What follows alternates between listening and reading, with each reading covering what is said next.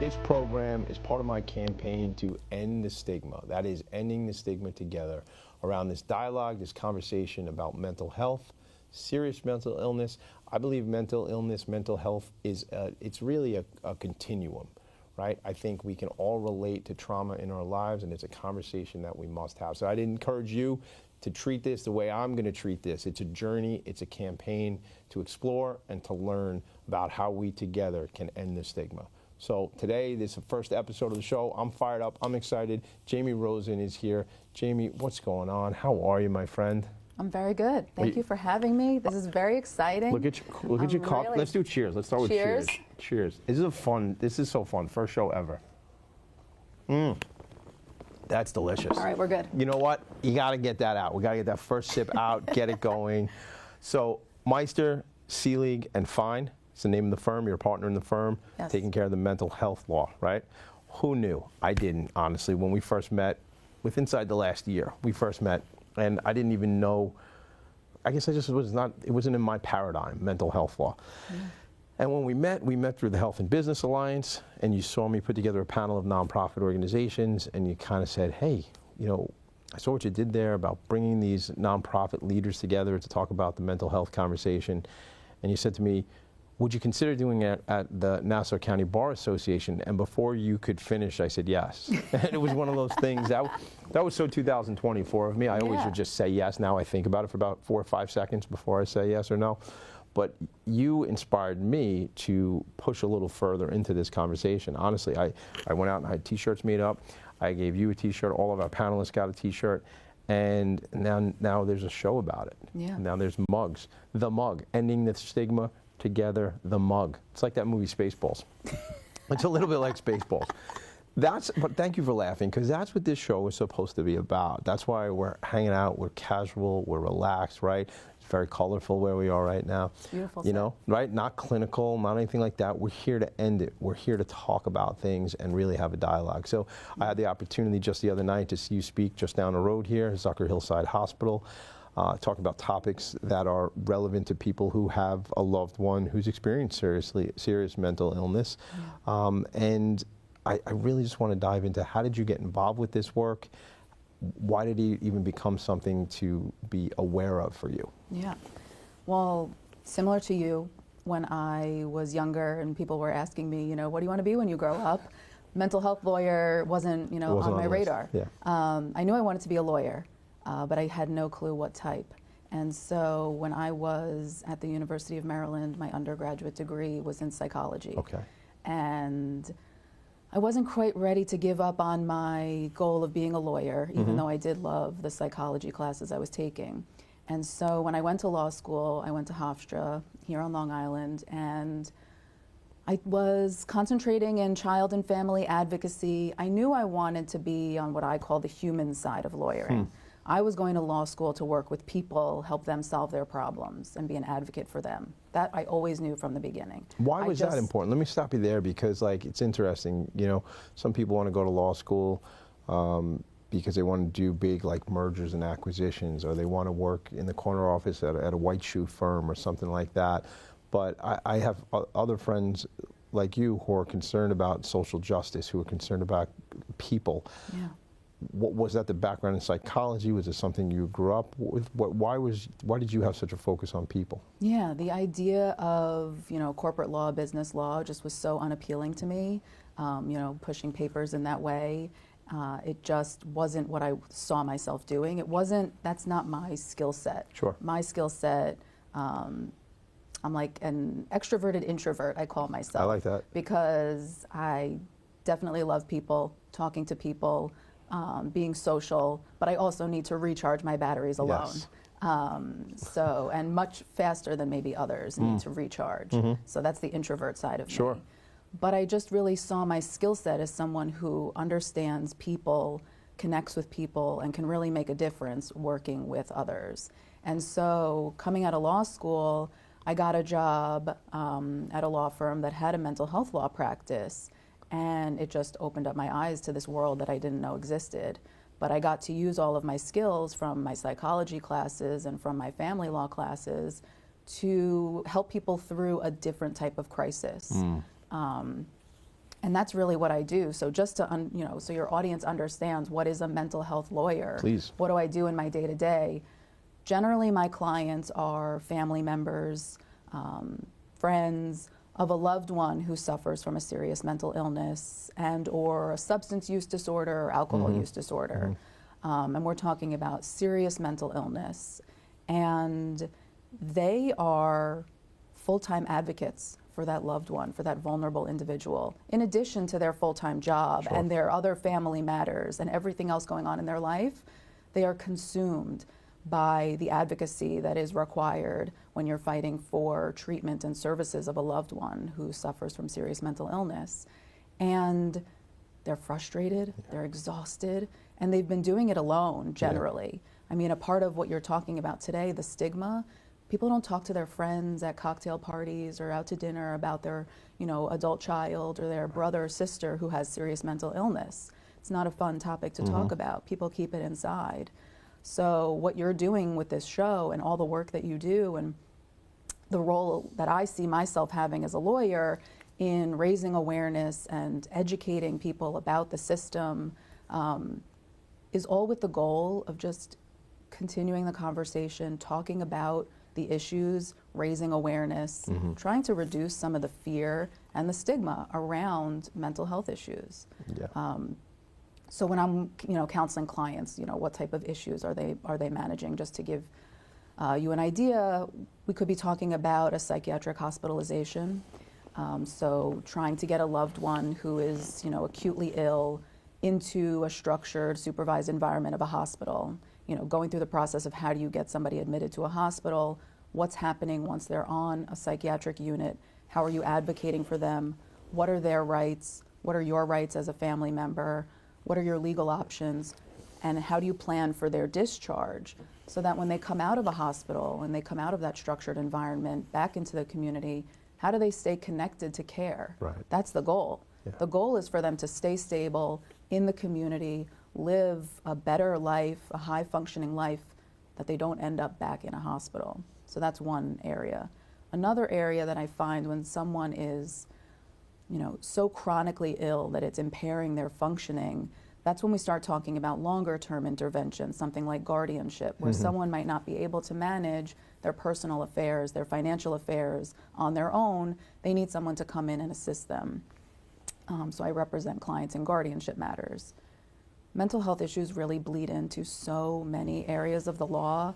I mean, we're dealing with estate planning. Make sure you secure your legacy and plan for your loved one when you're no longer here. Protect assets that they might inherit so that it doesn't jeopardize their benefits, so that someone's managing money for them and it can be used for their benefit. We're talking about, sometimes I'm in family court.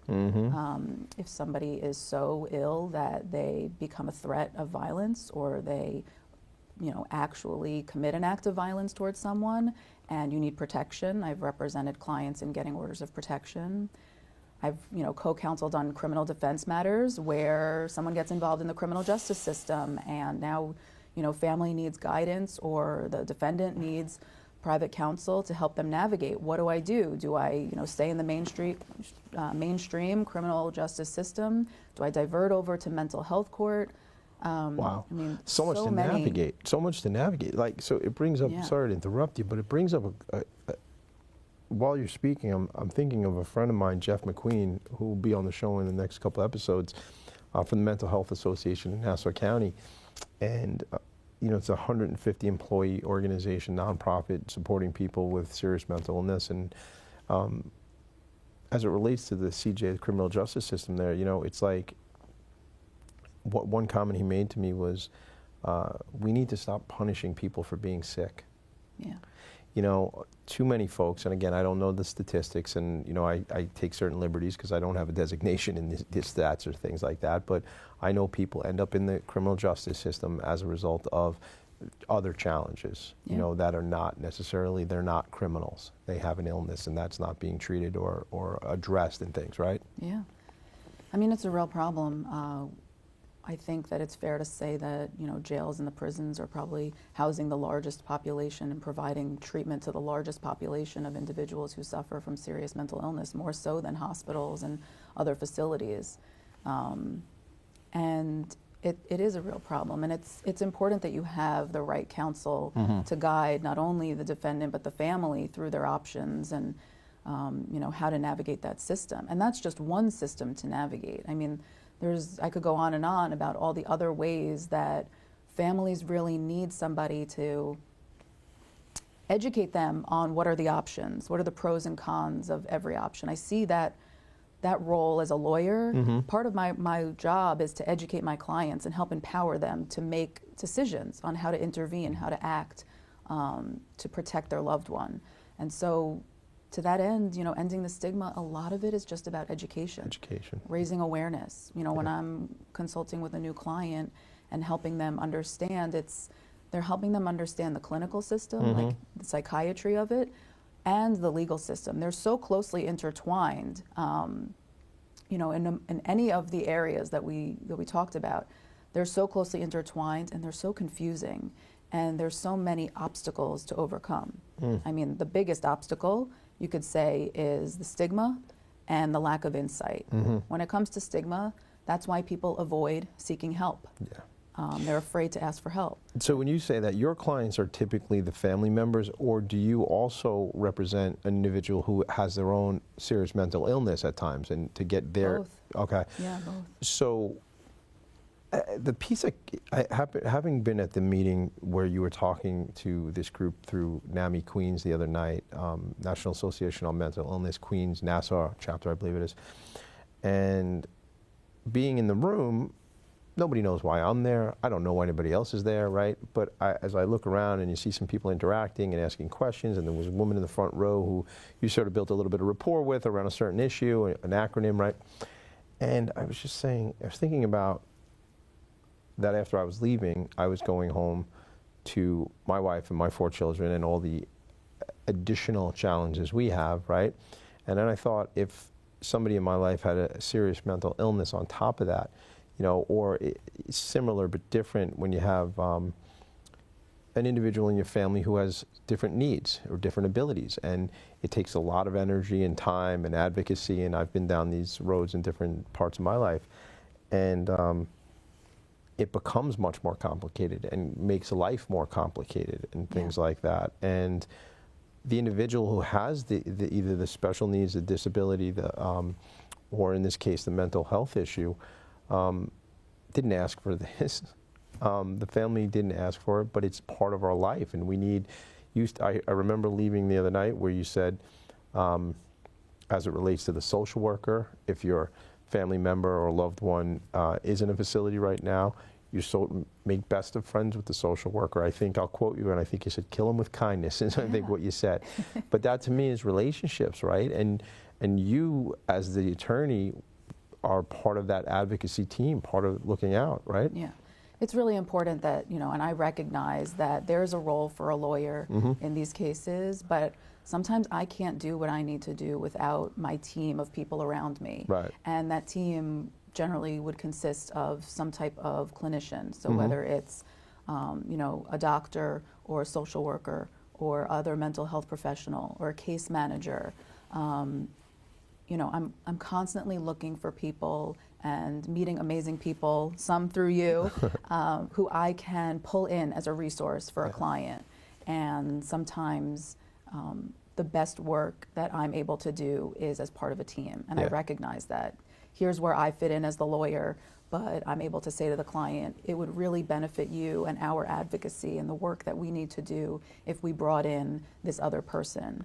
And being able to recognize that, I can wear a lot of hats, but I also know my limits and where I need someone else. And I see the family member as a part of that team. And when I talk about advocating, like the social worker, when you're advocating in the context of a hospitalization and who's part of your team, social worker has to be a part of your team, doctor has to be a part of your team, and so does your loved one who is suffering. Like you said, they didn't ask for this. Gaining that insight is so challenging for them. That piece is a major obstacle. What do you mean by that insight?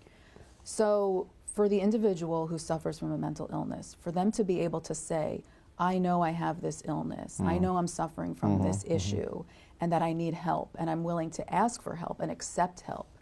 that's huge. Right. Not many people have that insight, or it comes and goes, and it depends when they're maybe in treatment and connected to care, seeing a therapist, seeing a doctor, in a program, whatever it might be, whatever services they have to provide them with the support they need to thrive, they might have that insight.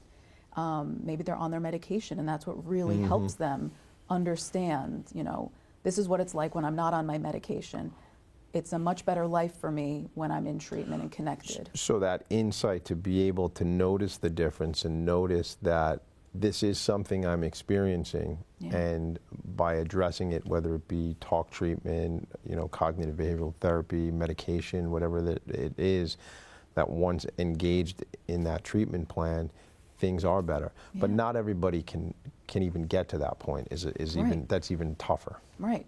And your options when somebody doesn't have insight and doesn't want to accept help and is in denial, or is maybe blaming other people for problems, the involuntary options for connecting someone to treatment are very limited. I mean, you're really just talking about a hospitalization. And, like we were talking about on Wednesday night at the NAMI event, to get somebody into a hospital and admitted, they have to meet certain legal criteria. Right. That's where, the law comes in. And New York, specifically has pretty strict mental hygiene laws about who can be kept in a hospital for psychiatric treatment and who can't. And that's, for the protection of the patients. Sure. You don't just, hospitalize someone because there's an allegation that they have a mental illness. They have to meet certain criteria to be kept, and they're kept there against their will. Yeah, well, and I think that's, you talk about ending the stigma, I think that's like the scary part, just to call it something, but that fearfulness of being, now I'm put away or put into an institution or something like that. And you're saying that people have to have certain parameters or hit certain indicators for that to even be a situation. Yeah. Which is limiting, though, it sounds like, too, for the family members, right? For people who do need help. And that's why the advocacy is so important. They have to understand, what are my options to get my loved one treatment? What are my chances of success in getting them the type of treatment they might need? And the options are limited sometimes. And so we do have to do a little bit of creative problem solving. And sometimes that's where the team of professionals comes in. And we have to figure out, okay, if we can't get somebody who really needs, to be in a hospital setting, if we can't get them there, what are our other options? So it sounds like, though, the team environment is everybody wants to support this individual. Nobody wants to push the person away. What they want to do is get this individual the treatment they need, right? Yeah. The thing that stands out for me is life is so challenging generally, straight up, playing this game.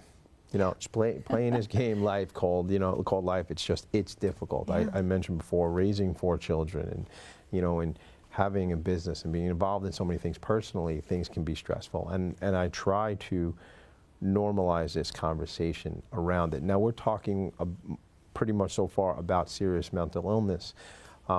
But I believe, as I said, it's a continuum or it's a spectrum of mental health challenges. I use those word challenges. Again, I don't have the clinical background, but I have 47 years of knowing people, and I see it in my experience and my own personal journey in life. So I think we need to realize that, in my opinion, trauma is real. It's relative, in my opinion. I interviewed a gentleman on my show Philanthropy in Focus who is a veteran who's in combat and has serious PTSD, and he shared with me, and I almost started crying on the show. I hope I don't do it now, but I think I did cry that day on my show because he tried to explain to me, like, Tommy, your trauma, don't belittle or knock down your trauma because I was in a combat zone and experienced this. He said, what you've gone through is real for you, and so trauma is trauma, and we all live through that and are working through that. And that's why, like, if we can find more love and compassion for each other and realize, there's this quote by Robin Williams, everyone you meet is fighting a battle you know nothing about. Be kind always. And if we can do that, man, if we could do more of that, I just think it'd be better. Maybe I'm utopian and I'm like a short-haired hippie or something like that, but I just think if we could find that love more, Well, the positive side of this is, and to the end of raising awareness. You can't turn on the TV or open the newspaper without seeing something about mental health. Right. People are having the conversation. I love that. I know. I'm so happy about it. It's everywhere. I know. It's great. You know, it really is a hot topic. We saw it at the I got to Olympics. hurry up and get rid of some of these mugs, man, because we might end the whole stigma and it might be over. Right, so easy. I mean, we saw it with the Olympics. Yes, in Simone summer. Biles, right? I mean, Was it that was Simone like Biles? front and center. Yeah. Simone Biles Yeah. coming forward with Yeah. everything that she went through. Yeah. And a bunch of athletes really opening up about, you know, seeing therapists, taking medication. I mean, just like Normalizing starting it. That's the what it is, conversation, man. Normalizing. 100%. Like, I almost feel like every time I tell people I see a therapist twice a week, I feel like people are like, all right, we get it. Why do you keep telling us your business? Yeah, like, stop but, bragging. Right, but I know, right? You were able to get 2 meetings? I couldn't get 2 meetings. How'd you pull that off? Well, I got connections. I'm Tommy D. No, but I don't want it to be like, it's not a cry for attention. It really is for me to say, I do really cool stuff in the world, and I see my therapist twice a week, right? Yeah. And I got ADHD. And I feel like dropping that for everybody to see goes, oh, I can say that I experience depression, or even I could say that I have BPD, or, you know, like, why shouldn't I? Well, you should, because that's part of your situation, and that's it. And the more open we can be about it, you know, and that's how we win. That's how we win as a society. When it's just like everybody is who they are, and we work together. Yeah. That's that. I agree. I mean, you see it at so many different levels. Like you said, it's a continuum. You see it where, like, top executives have a coach. Yes. That's a type of, Sure. you know, self-care. Yeah. Taking care of yourself, checking in with yourself. I mean, that's really important. Having access to those resources, having a therapist. Yeah. It's not something to be ashamed about. It's great, because this guy's got to listen to me talk. Yeah. It's great. Yeah. And gives me great feedback, and we have a cool relationship. But, like, I don't have to feel bad that he's got to deal with my stuff. You know, he got a copay out of the deal. It worked out. I'm only serious. Yeah. But it's like, it's that sort of thing that why is there, and in certain communities, in certain populations, there's even a bigger stigma. And that's what we're going to explore on this program, and all the stuff we're going to do here is, like, kind of like, I'm interested, like, why? But I'm less interested in why as I am in, let's just fix this thing. Yeah. You know, so, but I do feel like the more, as I have people who are from the clinical side, or I have people who are, as you say, coaches, and people who are, you know, meditation specialists and certain things like that, like, we're going to see this through many, many different lenses. Yeah, and everyone kind of plays their role. A lot of it comes down to education. Yes. You know, there's a lot of misinformation out there. If I can even just help a client better understand the system a little bit, make it seem a little bit less scary and overwhelming, make them really understand that you don't have to go through this alone. Right. There are so many resources out there, so many people who can help you navigate through the system, answer your questions, help you, you know, be a better advocate for your loved one. It's scary when you have to do all that alone. 100%. And again, like I said before, all the stuff people are dealing with already, and then now they have to go out and do all, not have to, but again, it is. It's like, the thing you just said, there's so many resources. Why don't we share a couple of resources that you feel are helpful for people? I mean, so obviously I've recently partnered with NAMI. Yes. They have endless resources for family members, whether it's, you know, support groups or resources to help advocate. There's so many nonprofits on Long Island, most of which you know better than I do. Listen, I know a few. See, it's funny. Everybody thinks I know everybody. Yeah, and I well, think you do. everybody knows me. I don't know everybody, you know. Yeah. But I think there are so many organizations, you know, Options for Community Living, as we talked about, EAC Network, Family Children's Association, many of which are scheduled to be guests on this program here, which is exciting. So there's definitely those types of resources. But even from the perspective of, like, I'm an advocate now. Where do I go? Yeah. I mean, it all starts, like, when I'm working with clients and I'm helping them advocate. A lot of what I'm doing is helping educate them. I'm helping, you know, really empower them so that they have a little bit more confidence when they're going into, you know, a hospital to have a family meeting with their loved one and the treatment team, and they know what questions to ask. And I'm really trying to help people better understand their role, because, you know, part of what you know, what I said earlier in terms of understanding the individual's rights, understanding the family's rights. Family's rights are pretty limited.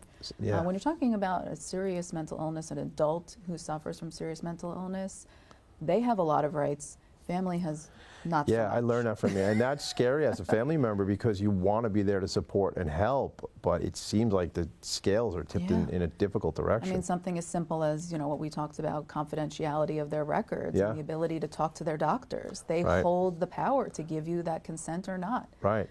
And how did that legislation work where somebody who has a serious mental illness is going to be able to say, here's how it's going to go? I mean, I get it from a privacy and HIPAA and things like that, but on the other side of it, I don't get it because it's like this person has challenges. How are they going to be able to make that judgment? We're almost out of time, and I can't believe it, but we talked about that before. So here's what, through your lens, I've heard you say education a lot, but through your lens, if I had to put you on the spot, and I'm going to, ending the stigma together. How do we end the stigma? Yeah. That is such a good question. I mean, if I can just play even the smallest role working with individual clients, like that's what I say to clients is, when you work with me, I hope that we can achieve a better outcome than the way you did it last time. Right. You know, my clients come to me, my loved one has been hospitalized so many times, and I'm like, we're gonna do it better this time. Yeah. We're gonna have a better outcome this time. And everything that I'm doing with them, you know, educating them, helping empower them, helping them navigate the system, you know, being their advocate, being like, you know, the little voice in their ear every time that they're, you know, advocating for their loved one, knowing that I'm on their side, that they're not alone, it makes a big difference, that they feel like this is not a secret, this is something that I'm doing for my family member because I love them and I care about them. If everybody can feel that way, feel empowered about understanding and navigating the system, we're making progress. I love that. You know, it's so important. Like, I trust you, you know what you're doing, and I feel the love and compassion, though, as you would be speaking to a family, and that's the game changer. You probably don't even know this, but you've pushed me a little bit further in what I'm doing in the world, just simply as asking me to do that panel at the Nassau County Bar Association that day. Yeah. I said, let's make shirts. I came up with all these ideas, and it all came out of that. So I'm grateful for knowing you. How do people get in touch with you if they need to? Yeah, call me. Okay. You want me to get my phone number? Sure, I guess so, sure. 646-539-3705. That's my direct dial at the law firm.